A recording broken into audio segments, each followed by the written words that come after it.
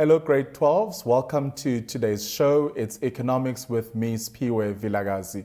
In the previous lesson, we learned about the circular flow of an open economy. We also looked at the interaction between the households, the firms, the government, and also the foreign sector. We also did distinguish between what we call a closed economy and also what is referred to as an open economy. Remember, we said that a closed economy is the one that does not include the foreign sector. And if the foreign sector is included, we call that an open economy because we allow for international trade, so there's import and exports involved in that process. Today we're going to expand a bit on what we did on our previous lesson, and we're going to look at the markets because this is a very interesting concept as well, and we're going to look at how markets work in the economy and the different types of markets that exist in an economy. So to start off, we will then look at a definition of what a market is. Often when you ask people, do you know what a market is? I think the first thing that comes into mind is you being at a flea market where there are different stores or vendors that are selling different products and items. Also, it can be seen as something that's a bit more informal, that you can set up a store and you can then sell your goods and receive income in return. So, but now we're going to look at a more formalized definition of what a market is. So let's do that. So the term market refers to or is used to refer to the sellers of particular goods and actual or potential buyers of a product. Okay, so for an exchange to happen, you need to have a person who is selling the goods or who's rendering a service, and then also you need a person who's going to purchase a product or who requires or who wants to acquire certain services. So these people have needs to be satisfied. So we come back to this concept because when we were dealing with the circular flow on our previous lesson, we did look at the basic needs of men, and we said that consumers have needs that they want to satisfy, and if they have the financial resources to satisfy these needs, therefore they will then approach the potential firms or producers of these products in order to acquire the products. So these people have needs, so we need to be aware of that, needs that need to be satisfied, but most importantly, they have the financial resources to enable them to satisfy these needs. It's all good to say, oh, I want this product, but if you haven't got the financial resources to buy or to purchase the product, that doesn't help. So it's important that you have the financial resources so that they can enable you to acquire the product in order to satisfy your needs. Okay, so let's just move on to our next point. And are prepared to spend their money. Okay, so it's all good that you have the financial resources, but also it's important that you are prepared to spend your money on that particular product. Okay, so I'm just going to move down the slide. So you must be prepared to spend your money in order to satisfy these needs. Okay, so that is a more formalized definition of what a market is. You know, I remember asking a group of students to define what a market is, and they just simply said it's a place where buyers and sellers meet to exchange goods and services. Well, that's also good enough. But I thought if we really want to try and do well in these exams, let's try and expand a bit on this definition and add in more information so that we have a better understanding of what a market is. So just to recap on this definition, because I really want you guys to know it, and I really want you to get good marks if you are asked to define what a market is. So we know that a market refers to potential buyers and sellers of a particular product who have needs to be satisfied, have the financial resources to enable them to satisfy these needs, and are also prepared to spend their money in order to satisfy these needs. So be on the lookout for that definition. Okay, so we're going to move right along to the goods and products markets. So this will be our first starting point. So I'm going to put in one there. So a product market is the market on which goods and services are traded. Okay, so now here the focus is the product. Okay, so we're looking at the product market. So it's a place where goods and services are traded. Remember, we use the word product when we refer to goods and services. So don't think because I've said product and I've excluded the services. So it refers both to products or to goods and services. So whenever we use the word product, just I wanted to clarify that. So the product market is divided into the following markets. So let's have a look. Starting off with the capital market. So that will be our first discussion. So a capital market, just going to pull this point down. A capital market is for the trading of buildings, machinery, and vehicles. I know that most students that do economics, they also do accounting or they do business studies, and we often talk about assets that a business acquires. So in this market, when we talk about the capital goods, we are referring to buildings, machinery, and vehicles within the business or within that particular sector. So that is a definition of what what capital goods are. Then moving on to consumer goods.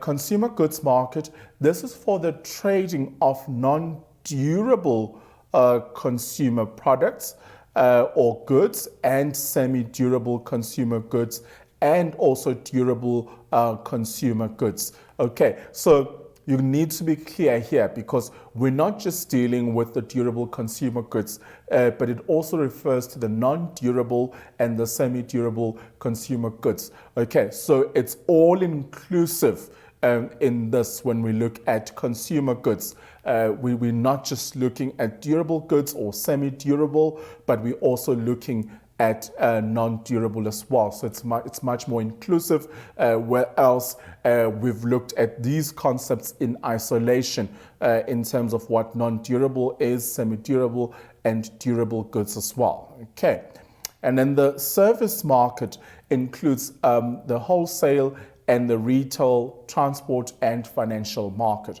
Okay, so the wholesale, retail, transport, and financial forms part of the service market. Okay, so we know the retail business. We've chatted about that. The transport market is also a very important market in the economy because without this market, we'll be unable to transport goods from point A to point B. We did make a bit of mention, or we did mention that on our previous lesson. And also the financial market plays a very important role in terms of acquiring the assets that the business needs in terms of investment. So the financial market will play a very important role in that regard. Then we move on to the factor market. So the factor market is the market on which factors of production, so we know what the factors of production are. In case you have forgotten, I'm just going to write them over here. So that's land, that's labor, that's capital, and entrepreneurship.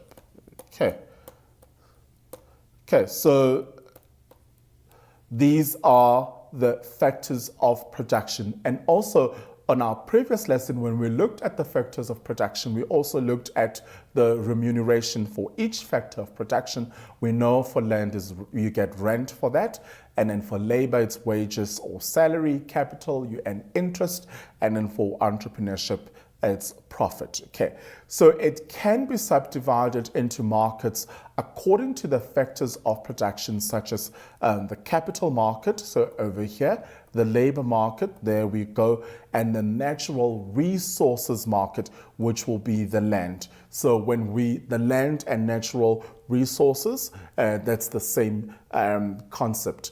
So don't be confused. So in other textbooks, they might refer to it as land. In others, they could refer to it as a natural resource market. So just be aware of that in this factor market, the focus is on the factors of production.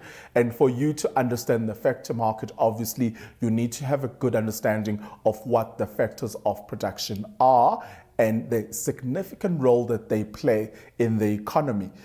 In our previous lesson, we looked at the different participants and we said that the households supply the factors of production to the firms or to the producers, particularly labor, because those are the skills, or they have the skills or the expertise that are needed in order to make or to manufacture products. So just be on a lookout for that.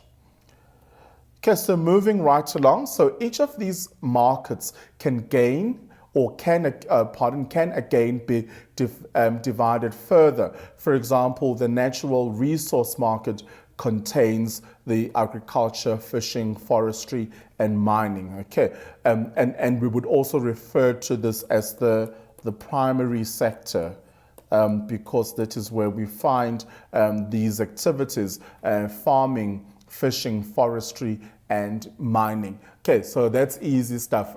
Even when we did economics or EMS in grade 8 and 9, we did look at the different sectors of the economy, the primary, secondary, and the tertiary sectors as well. Okay, so when we look at the land or the natural resources, we could divide it up again into agriculture, fishing, forestry, and mining. Okay, agriculture obviously will be the farming activities. Fishing is quite big in the Cape. Forestry, we need to manufacture furniture and all that. And mining is a very important one because it really provides a lot of employment opportunities for ordinary South Africans. And mining is a very important activity in our economy. Right, then moving on to the financial sector or to the financial market.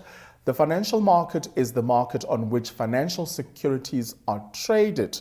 Okay, so we come across this interesting concept. So what are financial securities? Securities are documents or investment contracts, so please be aware of that represent financial assets. The financial market is made up of a global network of computers that connects participants from all over the world. I know that you guys love this part when we talk about investments, you trading on the stock market. And I think when we are looking at social media, there's been a big buzz around Forex trading. That's a very interesting concept. And I see a lot of young people being drawn into that. So we need to have a good understanding of the different investment opportunities that are available. And also we need to do thorough research before we involve ourselves in any of those investment opportunities, because remember, investment can be low risk, medium risk, or high risk. So it's important that you have a good understanding before you invest in the securities market or into the financial market as well. So also it makes reference to the global network that because we live in a global world, and globalization has played a very important role in the way that we do business. So we know that we are not self-sufficient. We interact with other countries. Hence, we've got imports happening and export so that we bring in products from other countries, but also we sell products to foreign countries as well. So a world has become this global network. So you've got this global network of computers. So being here, you can know what's going on in the New York stock market or securities exchange because we have the technology that is there in order to enable us to have access to this information so that we can make sound investment decisions. So just also be aware that it's not just limited within our local space, but it's a global world where there's a lot of interaction that happens between the different participants from all over the world. So I think that's a very important point that we need to be aware of. It is divided into subtypes, of which the following are the most important. So we're going to then look at the different subtypes that we find. Okay. Right, let me go back. Okay, there we are. So I just want to wrap up this point before we can move on. So now we're looking at the different subtypes in terms of the securities, because we know that I mentioned earlier on in the example that other people could buy shares, other people could do debentures, other people will do forex trading. So there are different types that are available in terms of securities in the investment market. All right, the money market, this is a market for short-term saving and loans. If you want to save up money or you want to take out a short-term loan, you can approach the money market.